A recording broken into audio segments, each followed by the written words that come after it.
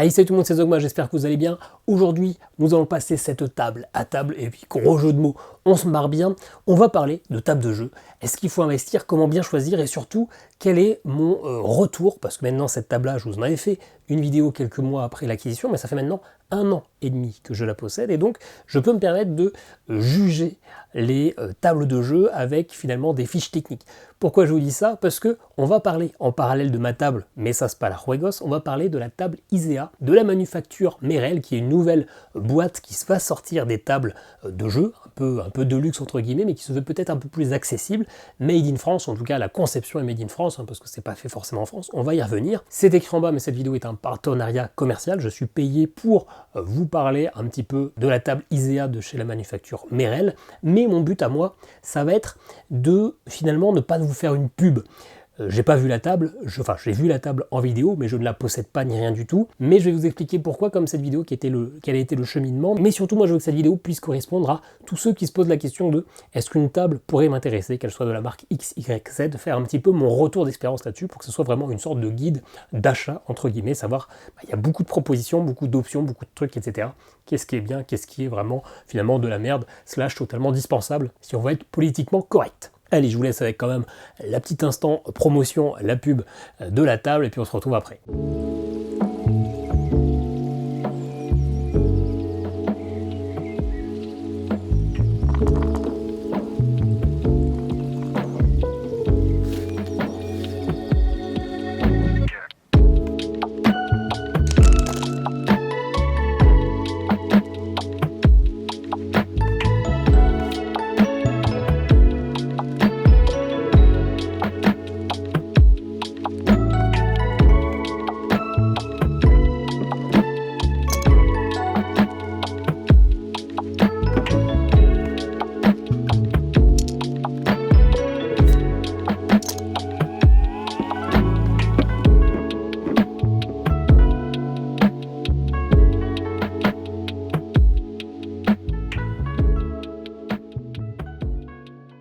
Franchement, la pub est belle, la table est belle, j'en suis assez fier, alors qu'en fait, je n'y suis absolument pour rien, mais en fait, ça fait ça fait même un petit peu plus de 2 ans, j'avais regardé les dates, que je suis en discussion avec Larry, celui qui a créé cette table, pour finalement donner un petit peu de feedback, un petit peu de retour d'utilisation de ma table, pour donner justement mon avis, moi qui ai cette expertise d'utilisateur, qu'est-ce qu'on pourrait améliorer, qu'est-ce qui pourrait trafiquer, qu'est-ce qui sont des améliorations possibles, etc.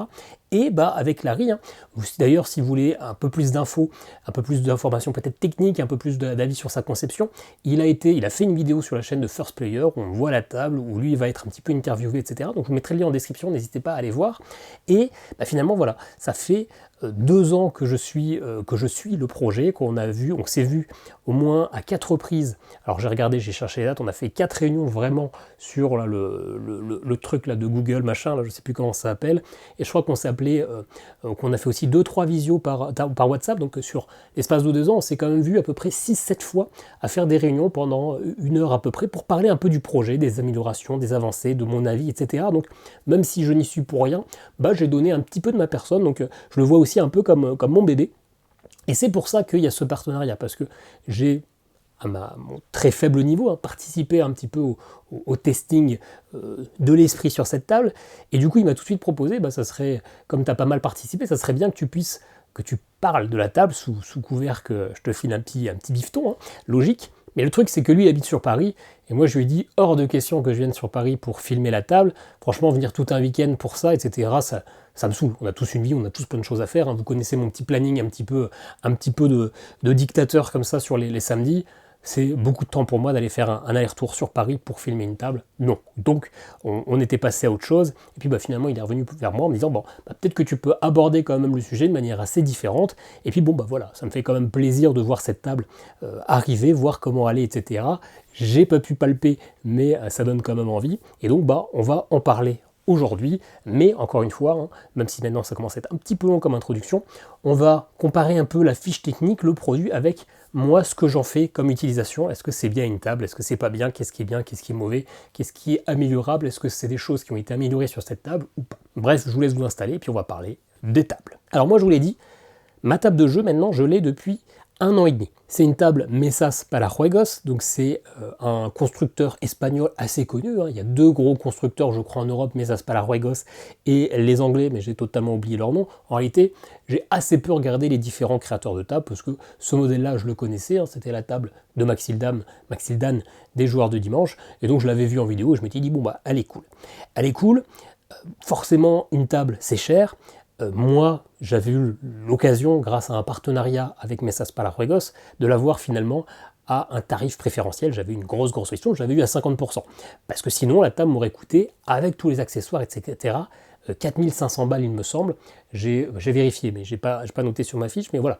Donc je l'avais eu à moitié prix, donc l'occasion faisant le larron, bah, j'ai sauté dessus, etc. Mais forcément, moi, c'est un cas bien particulier, lié à la chaîne, etc. Et donc c'est vraiment un vrai prix, c'est très cher. Et donc, avant de se lancer dans l'achat, il faut être sûr de soi, être sûr que c'est pas un coup de tête. Est-ce qu'on ne pourrait pas avoir une simple table et est-ce qu'elle ferait l'affaire? La plupart des gens qui achètent ce genre de table, c'est bien sûr pour la fermer, non pas leur bouche, mais fermer la table, pour pouvoir manger au-dessus, pour avoir une vraie vie, parce que tout le monde n'a pas la chance d'avoir une pièce dédiée à sa salle de jeu, et donc bah, souvent il faut faire des concessions. Est-ce qu'on mange dans le canapé, ou est-ce qu'on mange à table? Bah, c'est quand même plus sympa en famille, etc., tous autour d'une table, et donc il faut une table qui se referme. C'est le principe de ces tables de jeu, et forcément du coup, comme il y a une sous-couche, un toit, machin, et bah, ça coûte un peu bonbon. Moi, mon idée derrière ça n'était pas du tout de manger en famille. Moi, ma table, elle est dans ma salle ici. Alors, c'est une petite pièce de 10 mètres carrés, elle est petite, on se sent un peu serré, on ne fait pas des masses le tour de la table, mais moi, mon but, c'était vraiment de pouvoir jouer à 2 jeux en même temps. Un jeu à campagne en dessous, type Kingdom Death Monster, type, en ce moment, bah, je suis en train de faire le dernier chapitre de la campagne de Dragon Eclipse. D'ailleurs, je pensais finir ce soir, mais j'avais oublié qu'il fallait que je tourne cette vidéo, donc bah, je ne finirai pas ce soir, ou peut-être après. Hein. La vidéo ne va pas durer 3 heures non plus. Pouvoir faire une campagne, et au-dessus, et bah faire des jeux plus courts, histoire de quand même pouvoir, moi, me faire plaisir à faire des jeux longs, mais quand même pouvoir avoir un contenu régulier sur la chaîne. Hein. Je ferme, je tourne, bam, je les rouvre, etc. Donc voilà, moi, c'était vraiment cet objectif de jouer plus, jouer mieux, et non pas d'avoir une vie de famille. Donc, mon avis, ma consommation va quand même être axée sur ce point de vue-là, ce qui n'est sûrement pas le cas de la plupart des gens qui vont acheter ce genre de table. Mais voilà, il faut l'avoir en tête. Du coup, quand on va sur un site de table, notamment du coup manufacture Merrell, on voit toujours plein de tables de différentes tailles. Et on se demande toujours bah, quelle est la taille idéale. Forcément, moi encore une fois, je vais vous donner un avis de joueur solo. Je ne joue jamais, si j'ai déjà joué un peu avec ma compagne sur cette table, mais en vrai, c'est vraiment une table pour moi de jeu solo. Donc, ça ne va pas concerner tout le monde, mais ça va être mon avis pour ce que j'en fais. Il y a toujours plein de tables, plein de tailles, de hauteur, de largeur, de profondeur, et on ne sait jamais trop ce qui est bien. Forcément, au départ, on veut toujours la plus grosse, on se dit quitte à claquer 2000, 3000, 4000 balles dans une table, bah autant dépenser quelques centaines en plus pour avoir un peu plus grand. Mais plus grand, ça a quand même aussi des inconvénients, c'est qu'il faut une plus grosse maison, sinon bah, on est un petit peu étriqué, etc. Moi, ma table fait 2,5 m sur quasiment 1,10 m, sur 1,10 m, 2,5 m sur 1,10 m, et la zone de jeu, parce que c'est vraiment ce qui nous intéresse, c'est la zone de jeu interne, fait 1,80 m sur 90 cm. Clairement, je l'ai prise parce que voilà, mais j'ai pas besoin du 1,80 m. C'est trop, même, et je suis à peu près sûr, pour du jeu jusqu'à 4 joueurs. Alors bien sûr, je ne vous dis pas qu'il faut autant, mais il y a quand même une vraie différence de coût. Plus vous gagnez, plus vous prenez des centimètres, plus c'est cher. Hein. Et clairement, moi là je joue à Dragon Eclipse, la table est en bazar, il y a les petits boosters ouverts qui sont là-bas, il y a l'extension qui est là-bas. En fait, je m'étale à max, les trucs dont j'ai pas besoin, je les fous dans les angles. Et pourtant, j'ai quand même toujours de la place, et globalement, hein, j'ai mesuré. Moi, ce qu'il me faut, c'est au moins 1,40 m.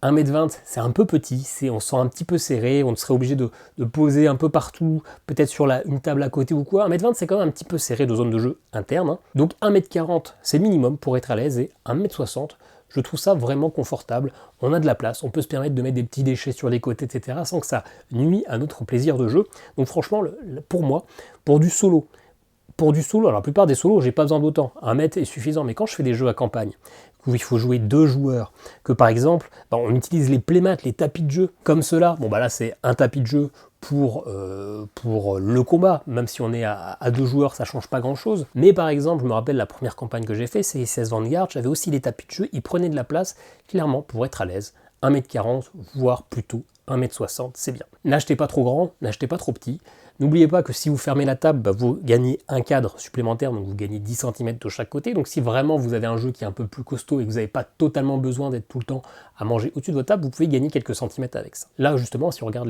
la manufacture matérielle, les tables qui vont être proposées en financement participatif dans quelques mois, il y a deux formats. Un format petit avec justement une zone interne de 1,20 m et une plus grande avec une zone d'1,60 m de largeur. Alors, clairement, pour moi, je trouve que le 1,20 m, si vous êtes un gros joueur de jeux à campagne, etc., on est comme un petit peu serré, on peut vite peut-être se sentir un peu limité. Ça sera quand même une belle surface, on arrivera à quand même trouver de la place, mais si vous êtes à 4 sur cette table à faire un gros Eurogame, peut-être que ça va manquer un petit peu d'optimisation, qu'on se sentira quand même un petit peu léger.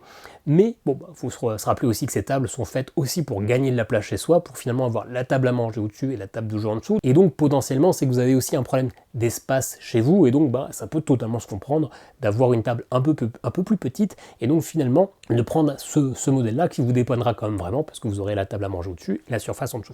Mais si vous savez que vous aimez jouer tranquillement, avoir de la place, 1,60 m, ça me semble très bien. Ça peut du coup paraître plus petit que certaines tables qui sont proposées par d'autres comme Mesas Palajuegos, mais en réalité, le 1,80 m, on n'en a pas tant besoin. Par contre, ce qui est vraiment un bon point, c'est que généralement sur les sites, ceux que j'ai fréquentés, quand la table est plus petite, la profondeur change. Elle devient elle aussi plus petite. Or, si on joue à 2 joueurs, on n'a pas besoin de se mettre côte à côte. Sauf un jeu coopératif, pourquoi pas, mais se mettre face à face, c'est bien. Pourtant, que vous jouiez à 1, 2, 3 ou 4, le plateau principal fera toujours la même taille. Et si vous devez mettre devant vous votre plateau perso, si la table est plus petite, ça va commencer à être serré. Et donc, là, j'apprécie. Moi, ma table, c'est 90 cm de profondeur. Clairement, pas de profondeur, de largeur. Clairement, moi, j'ai pas besoin des 90. Moi, en jouant comme ça sans me faire mal, j'arrive à atteindre 60 cm, les 30 derniers, j'y vais pas. Les 30 derniers, c'est les cartes que je balance comme ça, où je sais que j'ai pas besoin de les récupérer avant la fin de la partie. Donc, pour du solo, vous n'avez pas besoin de 90 cm. Mais par contre, si vous jouez à 2 joueurs, d'autant plus si vous avez une table un peu plus petite, il faut avoir cette profondeur, et je pense que le 80 minimum, c'est le minimum, et 90, c'est bien. Là où, effectivement, moi, les tables Mesas Palajuegos, quand on prend des plus petits formats, ça va se réduire à 76, 70 de profondeur, de largeur, encore une fois. Donc, je trouve vraiment que la taille idéale, c'est 1,60 m sur 90, et ça, c'est ce qui peut être proposé sur les tables. Ça, c'est un vrai premier point qu'il faut avoir en tête, c'est la taille qui est nécessaire. Encore une fois, je vous ai parlé de la vidéo de First Player, de Yoel, qui a vu la table, qui a donné son avis, lui qui n'a pas de table comme ça chez lui, qui a son avis quand il teste des tables sur des salons. Donc je vais un peu rebondir sur ce qu'il a dit, ça va pas être une attaque, parce qu'il y a des choses où je ne suis pas forcément d'accord, ou des choses qu'il a mis en avant en disant que c'était assez innovant ou quoi que ce soit. Et je vais des fois me mettre un petit peu contre ce qu'il a dit, mais non pas parce qu'il dit de la merde, c'est parce que finalement moi j'utilise une table régulièrement, donc j'ai un avis un peu plus expert, on va dire, avec des gros guillemets. Le cadre qu'il y a autour. L'espace qui est ici, il fait 10 cm. Il fait 10 cm sur ma table, c'est effectivement aussi ce qu'on retrouve sur la table Merrell. Yoel avait mis en avant que c'était bien, que souvent c'était trop large ou trop étroit, je crois, et que du coup l'appui sur les coudes était pas confortable, que c'était chiant, etc. En réalité, j'ai l'impression qu'on est quand même sur du 10 cm, c'est que ça semble quelque chose d'assez universel. Donc c'est pas la nouveauté de la table ISEA qui fait que c'est une chose assez incroyable et assez folle, mais par contre c'est vrai que 10 cm c'est la taille idéale, en tout cas pour ce qui concerne les bords de table, histoire de ne pas offusquer vos masculinités, mais c'est vrai que c'est confortable. On peut clairement être appuyé longtemps sur cette table-là, sans que ça vienne appuyer ici au niveau des coudes, tout simplement, on va pas commencer à faire de l'anatomie. On est confortable, on est bien posé, on est stable. On peut aussi totalement avoir la possibilité de placer nos cartes devant nous. Moi je sais que notamment mes aides de jeu, je les place ici, histoire de ne pas encombrer la zone de jeu, histoire que ça ne voit pas forcément non plus à la caméra, mais souvent j'ai des petites triches, des petites aides de jeu, bon pas des triches, c'est fait par les auteurs, etc. Mais j'ai des cartes posées ici, ou des fois simplement ma main de carte à moi, elle est posée là, parce que bon, moi sur ma table, il y a un support comme ça pour mettre les cartes. Vu comme ça tient bien, c'est gimmick, mais clairement, c'est pas fou, parce que la carte, on la voit quasiment à la verticale, donc c'est pas ultra confortable à lire. J'utilise jamais cette petite rainure, qui d'ailleurs n'existe pas dans les tables ISEA, parce que c'est un système de fixation un peu différent, mais bon, ça je le fais pas, c'est chiant, c'est pas ultra confortable, je préfère les mettre bien à plat, quitte à plier un tout petit peu plus la tête, mais du coup 10 cm c'est parfait pour s'appuyer, c'est parfait pour les cartes, donc ça c'est pas un argument fort pour la table ISEA parce que c'est quelque chose qui est présent aussi ailleurs, mais c'est une épaisseur qui est vraiment confortable. L'autre point, et qui est un vrai détail, c'est la profondeur ici de la table. Bon, une table, ça se ferme, c'est une chose, on va en parler d'ailleurs juste après de cette zone de jeu une fois que c'est fermé, parce que c'est quelque chose qui est important, mais c'est sûr que la table, elle est creusée. Elle est forcément creusée, puisque justement, il faut pouvoir avoir un jeu en dessous et une table fermée. Et ça va avoir un vrai impact sur l'épaisseur, la hauteur sous table. Est-ce que vous avez la place de placer vos jambes ou pas, si vous avez des grandes guiboles ou pas. Et sachez que moi j'ai un tout petit tronc, mais des grandes jambes. Ma compagne a 10 cm de moins, mais quand on est assis côte à côte, elle est plus grande que moi, parce qu'elle c'est l'inverse, elle a un gros tronc, et les petites jambes dodues là, non ça en coupe, si elle le regarde je vais me faire défoncer. Mais voilà, du coup, cette profondeur là est importante, à la fois pour la hauteur sous jambe et également pour le confort d'aller chercher. Yoel disait que lui, dans la plupart des tables, c'était trop profond, il avait mal au dos, c'était dur d'aller chercher, etc., que c'était pas confortable pour les cervicales et pour les épaules, et ça de manière générale, si l'installation globale n'est pas bonne, je suis totalement d'accord avec lui. Donc c'est à la fois la table, mais aussi la chaise, le fauteuil, ça c'est ultra important également. Moi ici, la table, les tables, mais ça c'est par Oregos, se ferme, c'est pas un truc qu'on va rajouter au-dessus. Elle se ferme à cette hauteur-là, c'est pour ça que vous voyez ce rail-là. La table ISEA, il n'y a pas cette hauteur-là, parce que finalement c'est vraiment un topper, c'est vraiment des plaques qu'on va mettre au-dessus. Ce qui veut dire que moi, ma table, elle est à cette hauteur-là, quoi qu'il se passe, et la table ISEA va se rajouter un petit peu. Elle va augmenter. Ça, on va en reparler après. Mais du coup, moi, ma profondeur, vu qu'on doit rajouter des planches, elle est un peu plus importante, elle fait 8 cm. Ça, c'est 5,5 et ça, c'est 8. J'ai calculé à peu près à la louche, mais à une louche relativement précise quand même, 8 cm. Et c'est vrai que ça peut être profond. Ça peut être profond si on est mal assis. On va y revenir. Les tables ISEA, du coup, vu qu'il y a un chapeau qu'on va rajouter, finalement, on gagne ça en centimètres. Et du coup, moi, si je retire ça, on est à 5,5. Les tables ISEA sont, alors c'est écrit 60 mm. Quand il n'y a pas de tapis, forcément que si on rajoute un tapis, ça doit rajouter 5 mm d'épaisseur, et du coup il doit y avoir aussi 55 mm. Donc c'est sûr que avoir moins de profondeur, c'est un vrai confort pour aller chercher. Dans la table de jeu, ça c'est un vrai bon point, c'est moins gros que d'habitude, moins épais que d'habitude, et donc n'ayez pas peur. Si vous avez une bonne assise, vous n'aurez pas mal au dos, vous serez pas mal installé. C'est vraiment une vraie peur, parce que moi, les premières fois que j'ai eu cette table, j'ai eu besoin de trouver un petit peu mon installation, ma position pour que ça soit confortable. N'ayez pas peur non plus, ok, c'est plus petit, on n'arrivera pas à mettre des figurines. Alors oui, cette figurine-là de Dragon Eclipse ne passe pas, celle-ci passe. En réalité, du coup, la profondeur des tables ISEA, c'est la même que les autres, puisque moi, ici, j'ai 8 cm, mais quand je rajoute la planche, j'ai plus que 5,5. Donc finalement, les figurines que j'arrive à mettre avec cette table-là sont les mêmes que j'arriverai à mettre avec une table Merrell, une table ISEA. N'ayez pas peur qu'avec cette table-là, finalement, vous aurez plus de difficultés à ranger vos jeux et qu'il vaut mieux aller sur une autre table. C'est pas vrai, finalement, vous aurez la même équivalence. Par contre, effectivement, il y a des figurines un peu trop grosses, vous êtes obligé de les coucher pour fermer la table, mais vous n'êtes pas con, vous voyez rapidement si ça passe ou si ça passe pas, et c'est jamais trop gênant. Alors bien sûr que si vous lancez un Kingdom Death Monster, oui, vous n'allez pas fermer la table, mais ça c'est quelle que soit la table. Des figurines classiques pour la plupart des jeux de société, ça passe sans souci, et des fois il y a juste à abaisser. Donc la profondeur un peu plus légère, ça peut apporter un confort, mais encore une fois, ce qu'il faut vraiment retenir, et là, c'est pas une question de table, c'est vraiment une question d'assise. Moi, là, ma table, la hauteur, si je bute mes genoux contre le fond, j'ai 67 cm.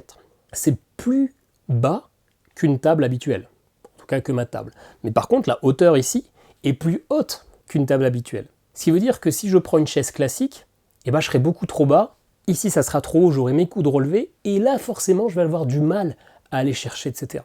Moi, mes chaises classiques de salon, où je suis parfait à ma table qui est du coup un petit peu plus basse, c'est une hauteur de 46 cm, 46 cm de chaise, je suis confortable pour ma salle à manger. Si je prends ça ici, c'est ultra inconfortable. Je peux jouer 30 minutes, mais pas beaucoup plus. Parce que, je vous l'ai dit, trop bas, trop haut là-haut, et du coup c'est difficile d'aller plonger. Moi du coup, j'avais acheté le coffre de rangement, un fauteuil finalement qui est beaucoup plus haut qu'une chaise normale. On n'est pas à 46, on est à 56. J'ai vraiment 10 cm de hauteur. Ce qui fait que là, franchement, alors certes, avec cette table-là, avec cette hauteur-là, il ne faut pas des grosses cuisses, parce que vous risquez de vous bloquer un petit peu sur le cadre de la table qui est un peu plus bas que la profondeur de ça. Mais bon, j'ai pas des grosses cuisses, ça va. Donc je suis vraiment bien assis, je suis vraiment en hauteur, du coup je peux vraiment poser mes coudes. Et là, j'ai aucune difficulté à jouer pendant 2-3 heures à aller prendre des trucs ici. Et finalement, avec la table ISEA, ça va être la même chose parce que certes, la profondeur est moindre, mais la hauteur est la même. Moi, je vous ai dit qu'ici, j'ai 78 cm à cet endroit-là. La table ISEA est à 77 cm et une fois que vous mettez le topper, elle est à 79. Donc vous avez 77 cm, moi j'ai 78. C'est la même chose. Alors certes, la table est un petit peu moins profonde, mais si vous avez une chaise qui est trop basse, vous serez quand même moins confortable et finalement vous serez déçu de votre achat. Donc quand vous prenez ce genre de table, quelle que soit la marque, pensez à acheter des chaises un petit peu plus hautes que vos chaises habituelles. J'ai pas plusieurs chaises, mais 46 c'est trop bas, 56 c'est parfait pour moi, mais attention, il ne faut pas avoir des grosses cuisses, sinon vous risquez d'avoir un petit peu de limite. Et donc probablement qu'il doit y avoir un seuil à 50-51 mm où chacun est à l'aise et où justement c'est assez confortable pour aller chercher. Et ça, c'est vraiment un point clé parce que quand vous allez acheter ce genre de table, comme une table ISEA, vous allez quand même investir du pognon, même si, vous allez le voir, elle est un peu moins chère que les autres. C'est du pognon, mais si vous allez trouver ça inconfortable, vous allez rapidement être déçu et trouver ça nul et regretter votre achat, alors que finalement, le problème n'est pas la table, mais vraiment votre assise. C'est comme quand vous êtes au boulot, c'est bien d'avoir un bureau, mais si vous avez une vieille chaise de merde, pas du tout adaptée, vous allez vous crever le dos. Là, c'est exactement pareil. Donc, acheter la chaise, non pas de la marque, parce que de toute façon ISEA, Merrell ne proposera pas de chaise, mais achetez quelque chose adapté, faites des tests et trouvez votre confort, parce que finalement, ok on est haut, ok il y a de la profondeur, mais franchement, on est vraiment confortable sur ce genre de table, il n'y a aucun souci. Bien sûr, allez pas chercher des trucs à 80 cm. Franchement, je vous dis, moi je vais à 60, pas plus, mais quand vous jouez, vous n'avez pas besoin d'aller à l'autre bout du monde, sauf sur quelques jeux où le plateau est énorme, mais voilà. Ok. On a vraiment parlé de cadre, de structure, etc. Je pense avoir dit tout ce qu'il fallait là-dessus, sur les tailles idéales, etc. Et il y a vraiment un point avec Larry où on n'était vraiment pas d'accord. C'était le choix de pas de la profondeur, mais du tapis de jeu. Lui, il est d'emblée allé sur un tapis en néoprène. Moi, je lui disais, non, c'est de la merde, prends les espèces de petits tissus, de petites moumoutes, là, comme moi j'ai sur ma table, vous avez forcément déjà vu en vidéo, parce que ça a ce côté classe, ce côté noble, ce côté mat qui absorbe bien la lumière, là où le néoprène réfléchit un petit peu. Et je lui ai dit, on va avoir une table en bois, belle, classe, parce que la table est très belle, mais on va tout foirer avec un tapis néoprène qui va rendre le produit cheap. Donc je lui ai dit vraiment, moi j'étais pas d'accord avec lui. Dans plusieurs interviews, je lui ai dit non, il m'a fait des propositions de couleurs, de choix, de machin, je lui ai dit non. Et finalement, ça remonte à plus d'1 an et je reviens un petit peu sur ce point-là. J'aime toujours beaucoup le côté esthétique de mon truc. Mais déjà c'est plus cher. On n'est plus à ça près, mais c'est plus cher. Et c'est vrai que c'est quand même une vraie galère à nettoyer. Ça absorbe la poussière plein pot. Vous devez sûrement le voir sur certaines vidéos, mais il ne faut pas être, et voilà, je suis asthmatique et allergique, mais il faut prendre vos traitements si vous ne la nettoyez pas régulièrement, parce que ça absorbe, ça maintient. Je suis souvent en train de passer un chiffon mouillé pour récupérer, et à la fin je vois vraiment le chiffon, il est rempli de poussière, rempli de trucs, c'est dégueulasse. Des fois je passe même le truc là pour les poils de chat, là, même si ça abîme un petit peu le tapis, mais parce que flemme de mouiller, et franchement, voilà, c'est vraiment un nid à poussière, c'est beaucoup plus chiant à nettoyer, et ça vous pouvez pas aller le mettre à la machine ou quoi que ce soit, c'est vraiment des planches en bois rigides avec ça qui est tapissé dessus, donc c'est très beau, c'est classe, mais c'est vrai que c'est beaucoup plus chiant à nettoyer, à entretenir, sans être non plus une galère, que le néoprène. Déjà ce qu'il a réussi à faire, c'est vraiment classe. Franchement, j'étais dubitatif avant, et quand il m'a montré les photos, etc., je trouve que ça fait vraiment beau, là, l'espèce de... Alors, il y aura plusieurs couleurs, donc vous pourrez choisir, etc., mais la couleur qu'il a choisie pour la vidéo, je trouve ça vraiment très classe. Je suis fier de lui. Pour le coup, il a fait du beau boulot, et c'est vrai que le néoprène, il n'y a pas à chier, ça se nettoie beaucoup plus facilement, ça prend beaucoup moins la poussière, c'est vraiment un vrai plaisir, et en plus, il a réussi à faire quelque chose de classe. Donc finalement, je dirais pas que je suis jaloux, parce que j'aurais pas envie de changer mon seuil de table, mais soyez pas aussi figé, bloqué sur moi, sur le fait d'avoir du néoprène dans une table un peu de luxe. On peut faire quelque chose de très beau et qui finalement est beaucoup plus pratique que ce que j'ai là. Finalement, c'est beau, mais c'est pas si fou. Ça fait 3 fois que je le dis, vous avez compris l'idée. C'était vraiment notre vrai point de discorde, entre guillemets, où j'étais vraiment pas d'accord avec lui, et finalement, voilà, il a eu raison de faire ce qu'il a à faire. L'autre chose, on a beaucoup parlé des accessoires, parce que, toutes ces tables-là vont vous proposer plein d'accessoires différents. On est sur du luxe, on veut se faire plaisir, donc on veut prendre plein d'accessoires, etc. Moi aussi, j'ai pris plein d'accessoires, on parlera des prix à la fin, à peu près, mais clairement j'ai pris plein d'accessoires, et plus on joue, plus on se rend compte que la plupart des accessoires, on va pas les utiliser. Parce que finalement, on n'en a pas tant besoin que ça. C'est le gadget au départ, c'est comme quand vous prenez votre voiture avec toutes les options, puis à la fin, un an après, vous avez même oublié que votre petite voiture, là, votre Tucson, se décapotait. Finalement, vous en avez rien à foutre. De toute façon, vous habitez en Lorraine. Soit il y a vraiment beaucoup de soleil, dans ce cas-là, vous n'avez pas envie de prendre un coup de soleil sur le crâne, soit de toute façon, il fait froid, il pleut, donc vous fermez le coffre, le capot. Bah là, c'est pareil avec ces trucs-là. Et en plus, bah, ils ne sont pas toujours bien conçus. Le premier accessoire, qui n'est pas un accessoire parce que c'est fourni avec la table, c'est la fermeture. Moi, j'ai 4 petites fermetures en planche qui se mettent là-dessus. 4 petites, parce que comme c'est pas posé au-dessus, que c'est en dessous, que c'est maintenu juste par ça, il y a plus de risque finalement, si le poids était lourd, que ça plie avec le temps. Donc ils ont fragmenté en 4 petites sessions pour que ça soit plus confortable, plus dur.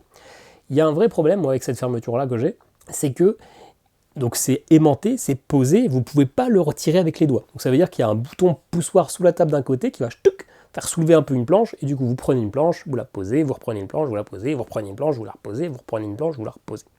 Il y a un gros défaut, moi, sur ma table, et un truc qui me saoule vraiment, c'est qu'il n'y a qu'un seul côté où je peux faire ça. Alors ça aurait été tout con de le faire des deux côtés. Si j'ai envie d'ouvrir la table de ce côté-là, pourquoi je suis obligé de retirer cette planche-là, et après de tout coulisser?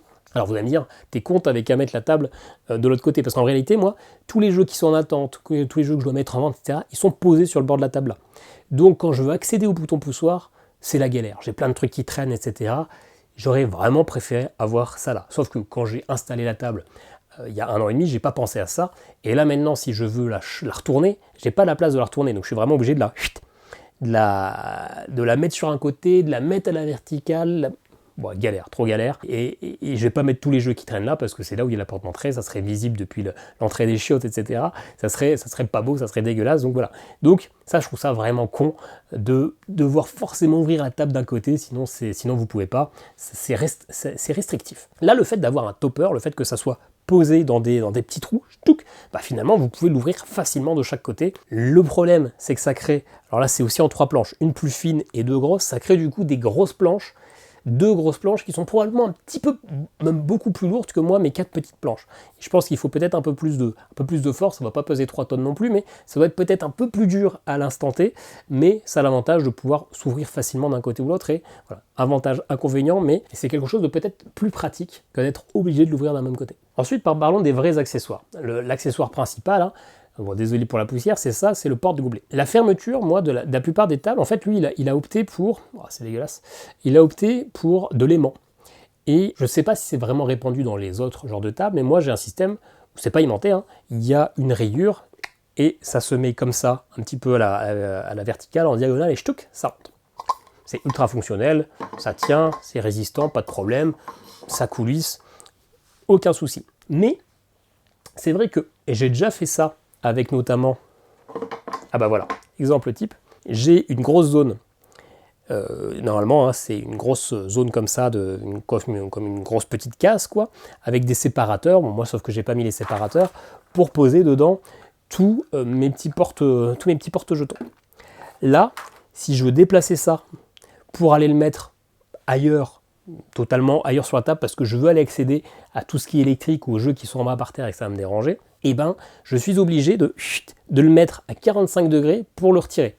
Ce qui veut dire que la plupart des jetons risquent de tomber, partir ailleurs, etc. Donc si je veux vraiment le retirer là, avec tout le bordel que j'ai mis dedans, il faut que je retire tout le bordel, que je le mette sur la table, etc. Et ça, c'est vrai que j'ai pas l'occasion de le faire tous les jours. Pareil pour le gobelet, bon, je peux soulever le verre, le poser sur la table et retirer ça, c'est pas chiant, mais vraiment là, le porte-truc, hein, je vais essayer de le faire.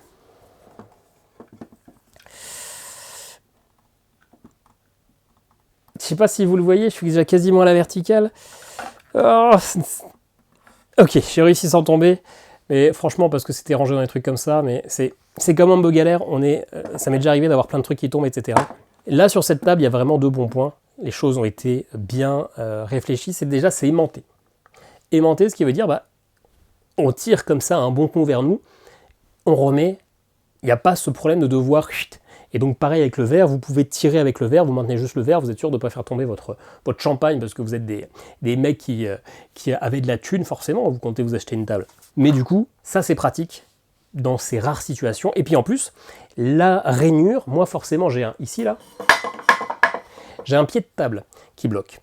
Lui, il n'a pas ce pied-là, le pied est vraiment fixé en dessous, ce qui veut dire que le truc va vraiment coulisser et se retirer sur le côté, si vraiment on a peur de tout déglinguer, etc. Il pourrait coulisser et retirer cette planche-là, ce que moi je ne peux pas faire. Ça, c'est un peu anecdotique, mais ça a été réfléchi pour la table d'1m20, enfin 1m40, mais qui fait 1m20 de zone de jeu. Parce que justement, comme c'est une plus petite table, si en plus, comme il l'explique très bien dans les vidéos, moi j'avais pas cette notion-là, mais il l'a expliqué très bien, je me dis bah ouais, c'est pas con, c'est qu'il y a un pied qui va faire 10 cm. Donc si déjà la table est petite et que vous avez 10 cm, bah, votre accessoire, bah, il vous prend aussi sur les côtés de la place. Et du coup, c'est galère. Et donc ça, c'est bien pensé de pouvoir coulisser.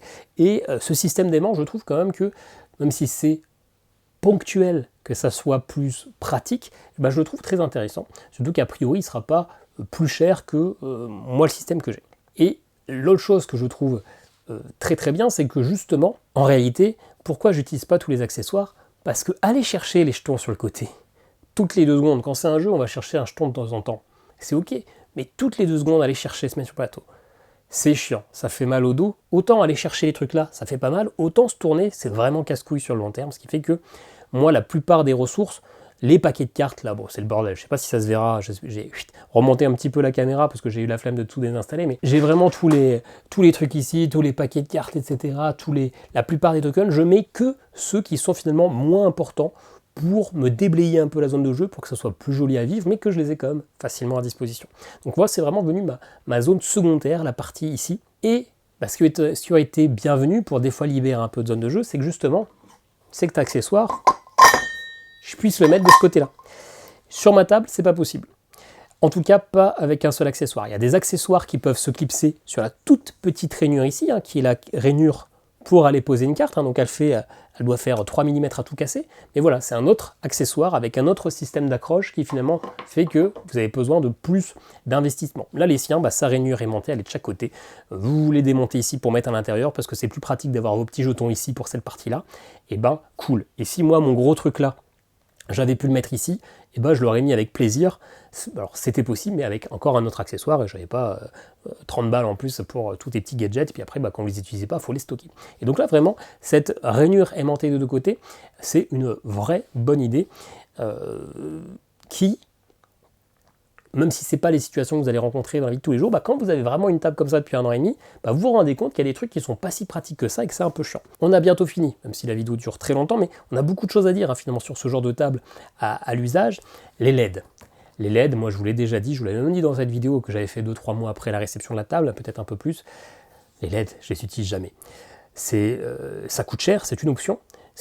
Pour la table là, c'est une option, ça coûte en fonction de la taille. Moi, ça coûtait 400 € les LED, mais forcément, plus la table est grande, plus les LED coûtent cher, parce que sinon sur une table plutôt avec une zone de jeu d'1m60, on aurait plutôt été sur du 350 €. J'ai regardé les prix sur le site de Mesas Palajuegos, moi je les utilise pas.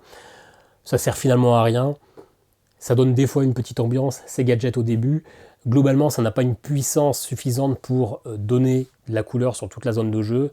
C'est des fois, ça vient réfléchir des fois sur les cartes en fonction du type de revêtement de carte. Mais en même temps, j'avais dit à Larry, je lui avais dit c'est de la merde les LED.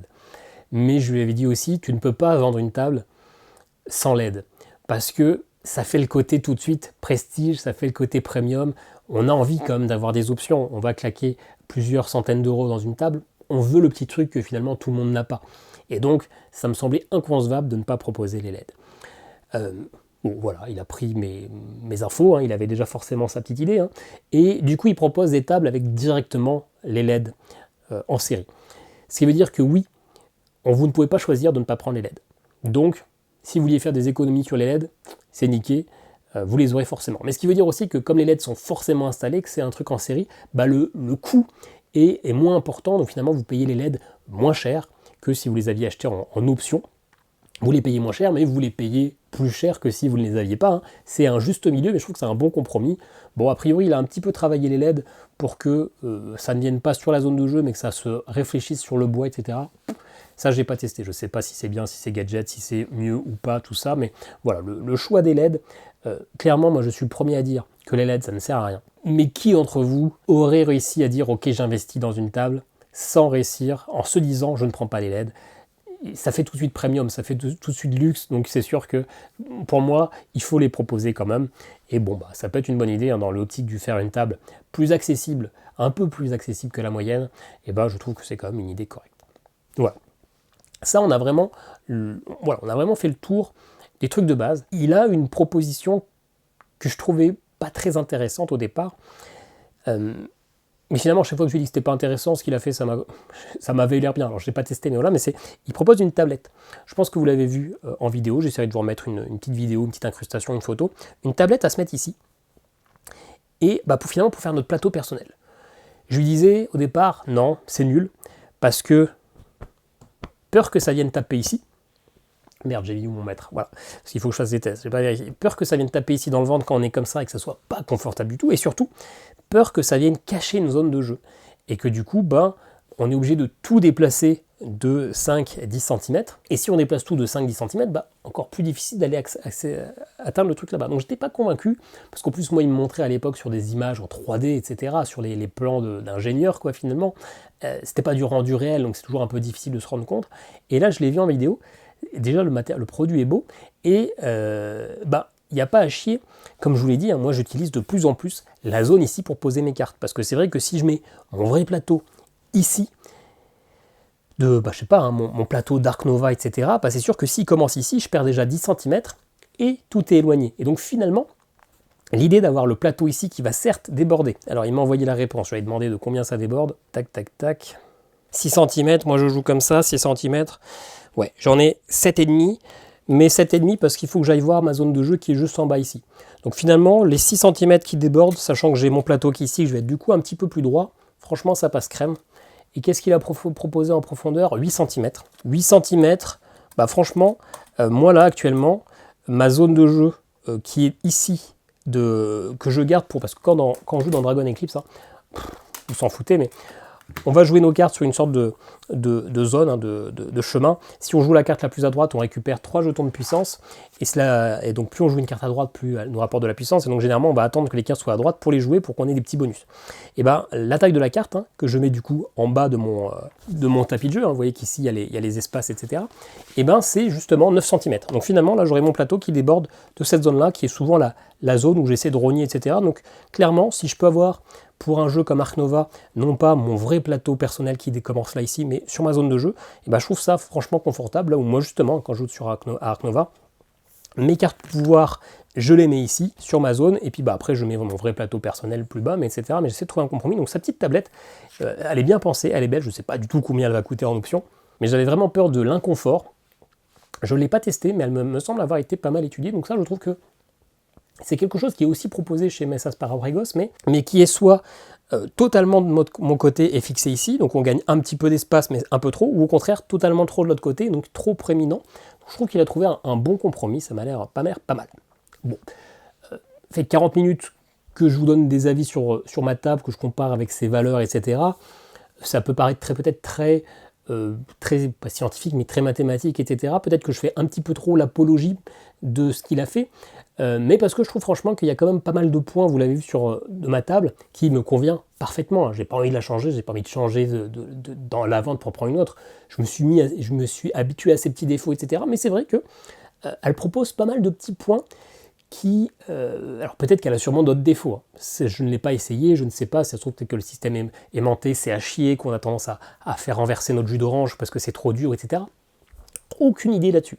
Mais en théorie, il y a quelques petits défauts de ma table qui ont été retravaillés pour la sienne, ou quelques craintes qu'on pourrait avoir sur des différentes tailles, etc., qui sont a priori pas des craintes à avoir, où il faut y aller sans avoir peur, même si elle est un peu plus haute, même si elle est un peu moins profonde, etc., qu'on aura peut-être plus de mal à ranger. Voilà, j'espère avoir débunké pas mal d'idées reçues ou de craintes concernant les tables de manière générale, mais aussi les deux tables dont je vous parle. Il y a quand même un point important, c'est le prix.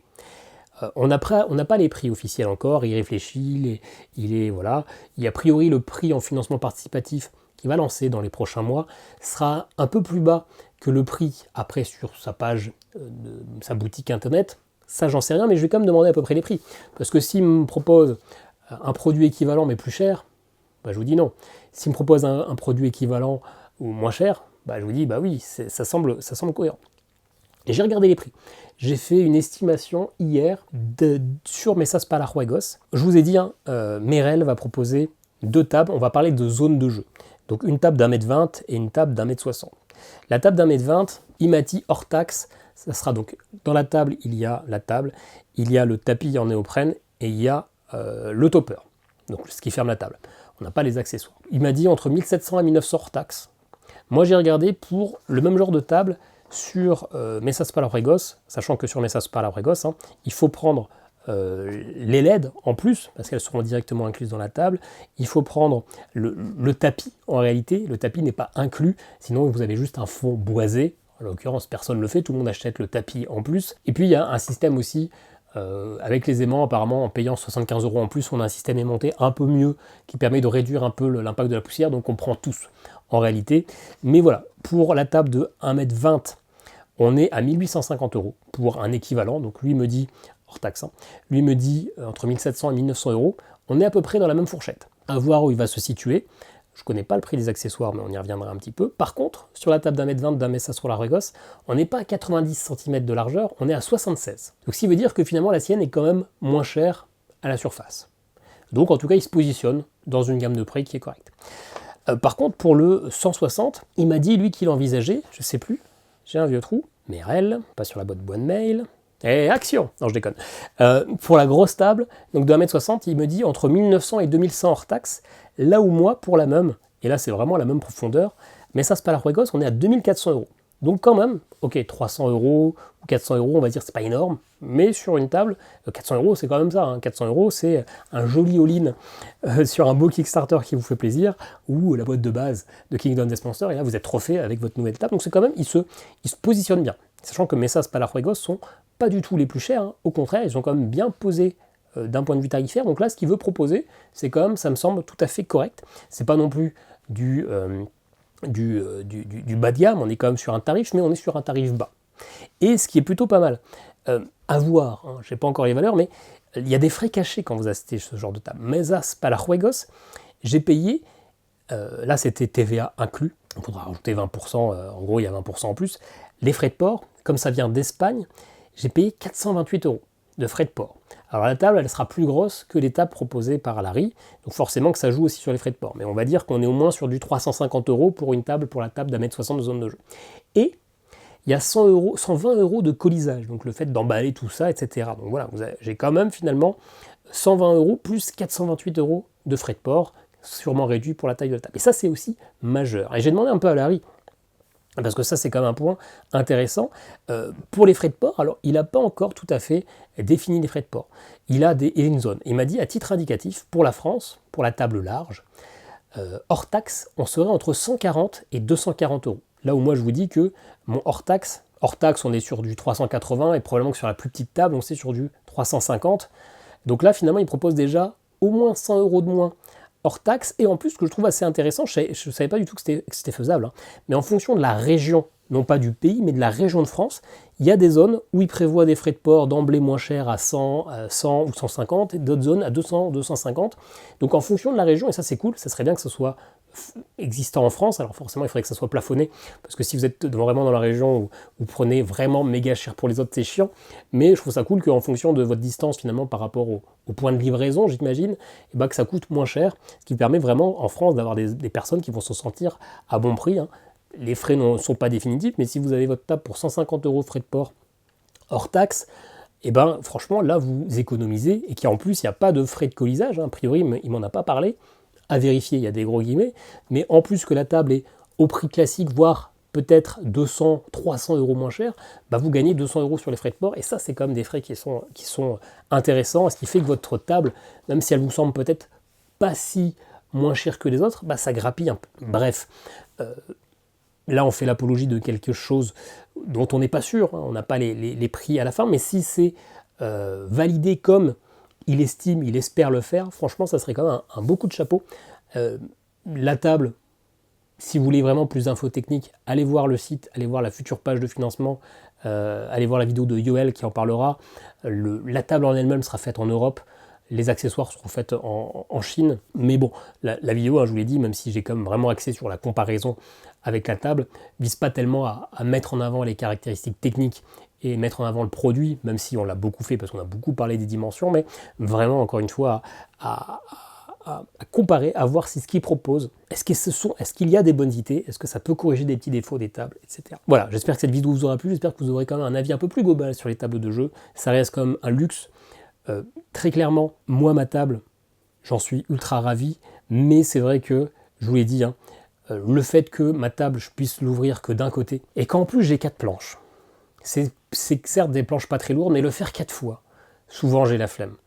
Et il y a plein de fois où finalement je ne joue à rien d'autre tant que j'ai pas fini mon jeu à campagne. Moi je vous avais dit que je voulais vraiment faire 2 jeux en même temps, je le fais.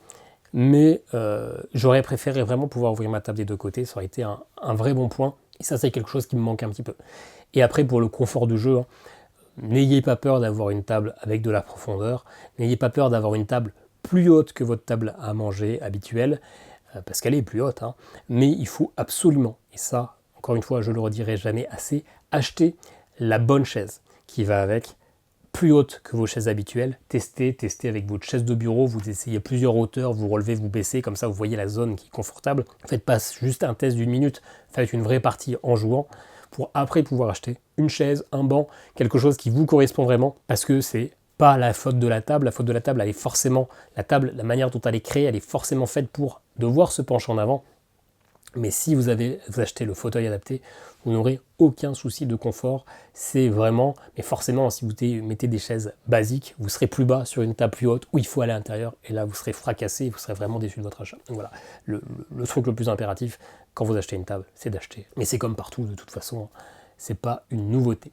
Voilà, j'espère. Cette vidéo a été très longue, beaucoup plus longue que prévu. J'espère qu'elle aura été intéressante. J'espère qu'elle n'aura pas été trop à visée publicitaire, parce que c'était vraiment pas le but. Je voulais quand même avoir une vidéo qui serait intéressante pour tous ceux qui se posent des questions sur les tables et ce qu'ils vont acheter. J'espère que on est quand même sur un guide d'achat intéressant. Désolé si finalement ça semble être un petit peu trop de la publicité. Dans ce cas-là, j'aurais raté mon objectif. Dans tous les cas, n'hésitez pas à commenter, partager. Même si cette vidéo est rémunérée, n'hésitez pas, si vous voulez me soutenir davantage, il y a un Ko-fi, hein, le lien est en description. Et puis, dites-moi, vous, si vous avez des tables, dites-moi ce que vous en pensez, est-ce que vous pensez investir, est-ce que celle-ci pourrait vous plaire. Et puis moi, je vous dis à très bientôt pour une vidéo. Ciao, ciao.